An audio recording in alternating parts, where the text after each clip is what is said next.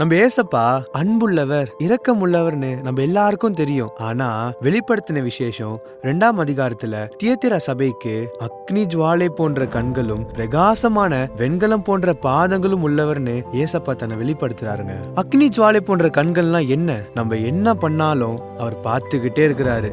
நம்ம இருள பண்ற பாவத்தை கூட ஏசப்பா வந்து பார்த்தாருன்னா அது வெளிச்சமா இருக்கும். ஏன்னா அவர் வெளிச்சமா இருக்கிறார்ல. தாவீதோட வாழ்க்கையில பாத்தீங்கன்னா அவர் பத்சேபாளோட பாவம் பண்ணிட்டு யாருக்கும் தெரியல நினைச்சிட்டு இருக்கிறாரு. ஆனா கர்த்தர் நாத்தான் மூலியமா சொல்றது என்னன்னா, நீ ஒளிபிடத்தில் அதை செய்தாய், நானோ இந்த காரியத்தை இஸ்ரவேல் எல்லோருக்கும் முன்பாகவும் சூரியனுக்கு முன்பாகவும் சேவிப்பேன் என்றார்.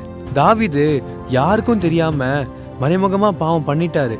ஆனா கர்த்தர் அவருடைய பாவத்தை எல்லார் முன்னாடியும் வெளியரங்கமா கொண்டு வருவேன்னு சொல்றாருங்க. என்னடா இது, கர்த்தர் பாவத்தை வெளியரங்கமா கொண்டு வந்துருவாரா? அப்ப என்னுடைய பாவம்லாம் இன்னும் வெளியரங்கமா வரலன்னு நினைக்கிறீங்களா? அதாங்க கிருபை.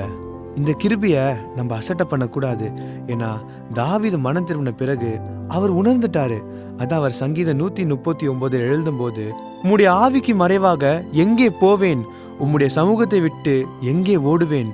நான் வானத்துக்கு ஏறினாலும் நீர் அங்கே இருக்கிறீர், நான் பாதாளத்தில் படுக்கை போட்டாலும் நீர் அங்கேயும் இருக்கிறீர். அதனால நம்ம மறைமுகமா பண்ற பாவத்தை நம்ம அப்பா அம்மா பார்க்கல, நம்ம சொந்தக்காரங்க பார்க்கல, ஏன் என் கூட இருக்கிற என் ஃப்ரெண்டே பார்க்கலன்னு நினைக்காதீங்க. அக்னி ஜுவாலை போன்ற கண்கள் உடையவர் உங்களை பார்த்துக்கிட்டே இருக்கிறாரு.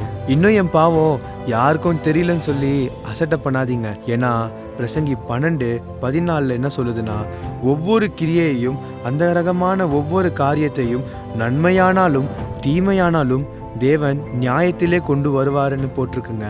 நம்ம எல்லாரோட வாழ்க்கையிலையும் ஒரு நாள் இருக்கு, அது நியாய தீர்ப்பு நாள். அந்த நாள்ல நம்மளோட பாவத்தை ஏசப்பா வெளியரங்கமா காட்டுவாருங்க. அங்க நம்மளால பதில் சொல்லவே முடியாது. அதனால இந்த நாளை நீங்க மனம் திரும்பினீங்கன்னா உங்களுக்கு மன்னிப்பு கிடைக்கும்.